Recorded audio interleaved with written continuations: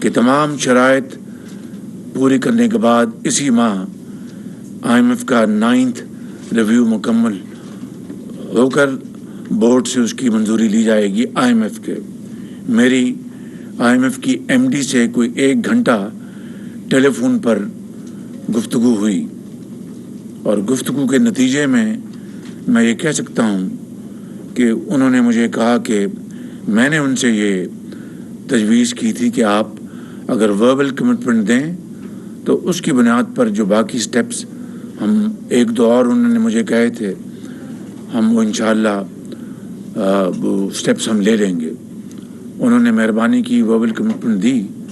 جس کے نتیجے میں ہم نے وہ سٹیپس بھی ہم نے اٹھا لیے ہیں۔ لہٰذا اب کوئی ایسی چیز باقی نہیں جو کہ اس میں رکاوٹ بن جائے۔ ان تمام جو میں نے ابھی جو مسائل آپ کے سامنے رکھے ہیں، اس سے پاکستان کے عام آدمی کے اوپر بے پناہ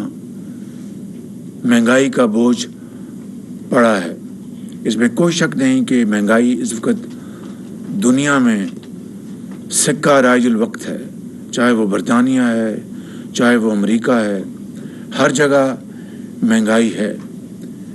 لیکن ان کی جو اکانومیز ہیں ان میں اتنی سخت ہے کہ وہ اپنے عوام کو وہ ریلیف دلا سکیں۔ بدقسمتی سے جب ہم نے پاکستان کی باغ ڈور سنبھالی تو ہماری اکانومی کا پچھلی حکومت نے جنازہ نکال دیا تھا، اور اس 1 سال میں 14 مہینوں میں جو مشکلات ہم پر آ پڑی وہ میں نے ابھی آپ کو بیان کی ہیں۔ اس دوران ہمارے درینہ دوست اور بہت بااعتماد دوست چین نے ہماری بھرپور مدد کی، فائنینشیل سپورٹ دی ہمیں، اور یہ پچھلے 2-3 ماہ میں چینی حکومت کی سپورٹ جو ہے وہ انتہائی مددگار ثابت ہوئی۔ اس کی تفصیل میں نہیں جا رہا۔ اور IMF کے حوالے سے ہمارے برادر ممالک سعودی عربیہ اور UAE نے ہمارا ہاتھ تھاما، اور ہماری اس میں جو IMF کی شرائط تھیں ایڈیشنل، یعنی جو گیپ تھا ان کے مطابق، اس میں $3 ارب 2 سعودی عربیہ اور 1 UAE نے 3 ارب ڈالر کی ہماری بہت اس آڑے وقت میں بہت ٹائملی اور قیمتی مدد کی ہے، جس کے ہم ان کے بے حد شکر گزار ہیں۔ یہ ہے صورتحال جو میں نے بڑے اختصار کے ساتھ آپ کے سامنے رکھی ہے۔ آج بجٹ پیش ہونا ہے، اور اب چیلنج یہ ہے کہ اس وقت جو مہنگائی نے غریب آدمی کا بے پناہ اس کے اوپر بوجھ ڈالا ہے، جو ہماری اقتصادی ترقی جس رفتار پہ ہونی چاہیے تھی، جن چیلنجز کا جس کا میں نے ابھی ذکر کیا ہے، اس کی وجہ سے وہ سست روی کا شکار ہو گئی۔ یہ ایک اللہ تعالیٰ کا بے پایاں فضل و کرم ہے کہ ہمارا جو کرنٹ ڈیفیسٹ ہے اس میں بہت پچھلے مہینوں میں بڑی بہتری آئی، اور کرنٹ ڈیفیسٹ ہمارا کم ہو کر آلموسٹ ان 10 مہینوں میں کرنٹ ڈیفیسٹ میں 10 بلین کمی آئی، اور اس سے یہ سکڑ کر $3.3 بلین پہ رہ گیا۔ یہ ایک بہت بڑی ایک پازیٹیو ہے۔ مگر دوسری طرف جو فارن ایکسچینج کے ہمارے جو وسائل ہیں وہ بڑے، ان کے پر بہت بوجھ ہے، تو ظاہر ہے کہ ہماری جو امپورٹ جو رجیم ہے وہ اس میں پریورٹی ہے، اور اس کی وجہ سے ہماری جو ایکٹیویٹی ہے اس میں ظاہر ہے کمی آئی ہے. تو یہ سارے جو میں نے آپ کو چیلنجز بیان کیے ہیں اس کے لیے پوری کوشش جاری ہے. اور یہ بجٹ جو ابھی آپ کے سامنے پیش کیا جا رہا ہے، میں نے اپنے آنریبل ممبرس کی معاونت میں، ان کی مشاورت کے ساتھ، وزیر خزانہ اور ان کی ٹیم کے ساتھ، اور پاکستان کے جو سٹیک ہولڈرز ہیں، کاروباری حضرات، زرعی فیلڈ سے جن کا تعلق ہے، آئی ٹی سے جن کا تعلق ہے، ایکسپورٹرز، ہم نے پچھلے ہفتے ڈیڑھ ہفتے میں کئی ان کے ساتھ میٹنگز کی. اور اس کا خلاصہ یہ ہے کہ ہمیں جو ہماری جو زرعی شعبہ ہے اس میں ہمیں بہت جلد اچھے نتائج مل سکتے ہیں اگر ہم اس میں کوئی ٹھوس اقدامات اٹھائیں. صرف اس بات پہ خوش ہو جانا کہ چونکہ کسان کو گندم کی قیمت اچھی ملی تو بمپر کراپ ہوئی، یہ اللہ تعالیٰ کا بے پایاں فضل و کرم ہے. اور یقیناً کسان اس کو اچھی قیمت ملی اور اس نے محنت کی. لیکن کیا ہم 75 سالوں میں ان ممالک کے مقابلے میں جن کی ان مداد میں ییلڈ دگنی ہو چکی ہے، دگنی سے بڑھ چکی ہے، کیا ہم اس میں کوئی پیش رفت کی؟ تو میرا جواب ہے کوئی خاطر خواہ پیش رفت نہیں کی. چاہے وہ گندم ہے، چاہے وہ گنا ہے، چاہے وہ کپاس ہے، اور درجہ بدرجہ جو دوسری ہماری، اور پھر ہماری جو scientific research and so on so forth. تو یہ وہ شعبے ہیں جن میں اگر ہم انویسٹ کریں گے، اور دیہی علاقوں میں جو قصبے ہیں وہاں پر یعنی زرعی اجناس پر مبنی ہم ویلیو ایڈڈ چین وہاں پر قائم کریں گے. اگر آپ کا آم جو ہے وہ جب گلنا سڑنا شروع ہوتا ہے تو اس کی اگر کلیکشن کا انتظام ہو، سٹوریج کا انتظام ہو، مشینری ہو، اس کو ویلیو ایڈڈ میں بدلنے کے لیے آم کا اچار بنائیں، آم کے جوس بنائیں، and so on so forth. اسی طرح باقی فروٹ، سبزیاں، تو اربوں ڈالر کی آپ کو اگلے سالوں میں اس میں ایکسپورٹس مل سکتی ہیں. اور دیہی علاقوں میں وہاں خوشحالی آئے گی. وہاں پر آج نوجوان جو FA BA کر گیا ہے، اب وہ فصل اپنا کی بجائی اور کاٹنے میں اس کا کوئی انٹرسٹ نہیں ہے، وہ شہر آنا چاہتا ہے. اس کو اگر ہم اپرچونیٹیز وہاں مہیا کریں گے، وہاں پر یہ وسائل دیں گے، تو وہاں پر رہے گا، اپنے گھر کی خدمت کرے گا، ماں باپ کی، بزنس چلائے گا. اور شہر میں جو مائیگریشن ہے اس میں بھی خاطر خواہ کمی آئے گی. میں تفصیل میں نہیں جا رہا، اس کے اوپر ہم نے بڑا کام کیا ہے، وہ فائنانس منسٹر آپ کو بتائیں گے. اسی طریقے سے IT کے شعبوں میں، ایکسپورٹس میں، اس میں ہمارے منسٹر آف کامرس ہیں، منسٹر IT ہیں، اور دوسرے منسٹر فائنانس اینڈ دوسرے جو ہمارے منسٹرز ہیں، انہوں نے سب نے بڑی اس میں معاونت کی ہے. پھر اگلی بات اور جو آخری بات میں جو بطور ابتدائی کرنا چاہتا ہوں یہ ہے وہ جس سے کہ ہم اکانومی کو آگے بڑھائیں گے. لیکن یہ بات میری بات یہ طے ہے، یہ میری بات نوٹ کر لیں کہ دنیا میں، پاکستان چھوڑ دیں، دنیا میں جو معیشت کا پہیہ جڑا ہوا ہے سیاسی استحکام کے ساتھ، اگر ملک، کسی بھی ملک میں، چاہے وہ پاکستان ہو، کسی بھی ملک کے اگر سیاسی استحکام نہیں ہوگا تو وہاں پر معیشت، ترقی تو دور کی بات ہے، تباہ ہو جائے گی. آپ 70 کی دہائی میں جب یورپ میں بڑے بڑے پروٹیسٹ ہوئے، دیکھ لیجئے کہ ان کی اکانومیوں کا ان کی وہ جنازہ نکل گیا. اس طرح کی دنیا میں کئی عصر حاضر کی مثالیں موجود ہیں. تو پاکستان میں پچھلے ایک سال سے جو یہاں پر پولیٹیکل انسٹیبلٹی کی بھرپور کوشش کی جا رہی ہے، اس کے لیے جو اپنا ذرائع تلاش کیے گئے، اس کے لیے جو بیانیہ اختیار کیا گیا، اس کے لیے جو جتھے بندی کی گئی، اس سے اس ملک کے اندر ایک سیاسی ایک طوفان آیا. ایک سیاسی ہلچل نہیں بلکہ ایک طوفان آیا، طوفان جس نے کہ معاش کے پہیے کو جام کر دیا. فورن ڈائریکٹ انویسٹمنٹ وہ آلموسٹ ختم ہو گئی. ملک کے اندر جو سرمایہ کار ہیں وہ رک گئے. اور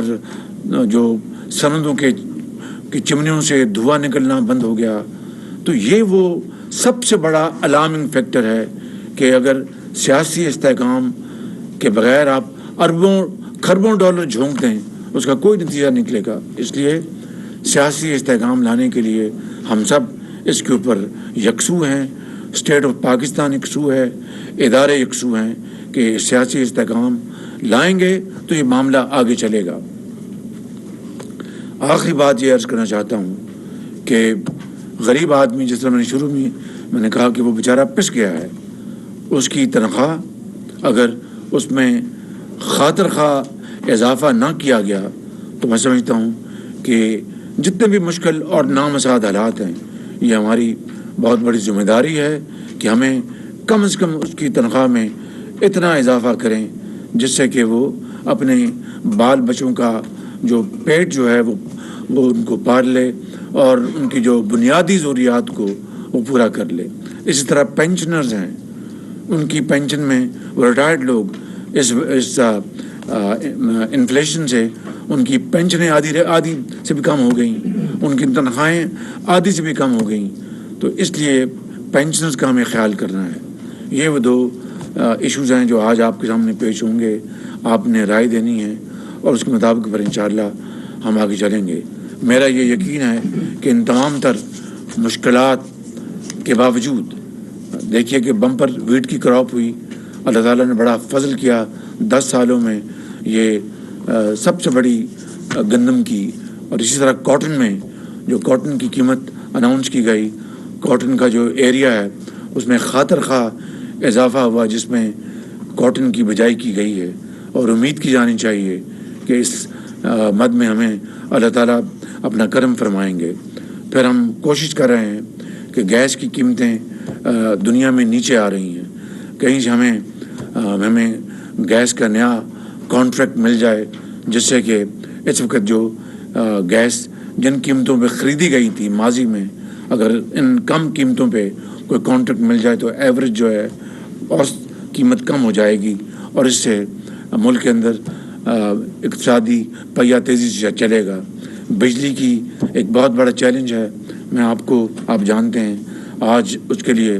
وقت نہیں، آپ نے پیچھے پریزنٹیشن بھی لی تھی۔ میں ان الفاظ کے ساتھ آپ سب کا بہت شکر گزار ہوں۔ وزیر اعظم محمد شہباز شریف کا وفاقی کابینہ کے اجلاس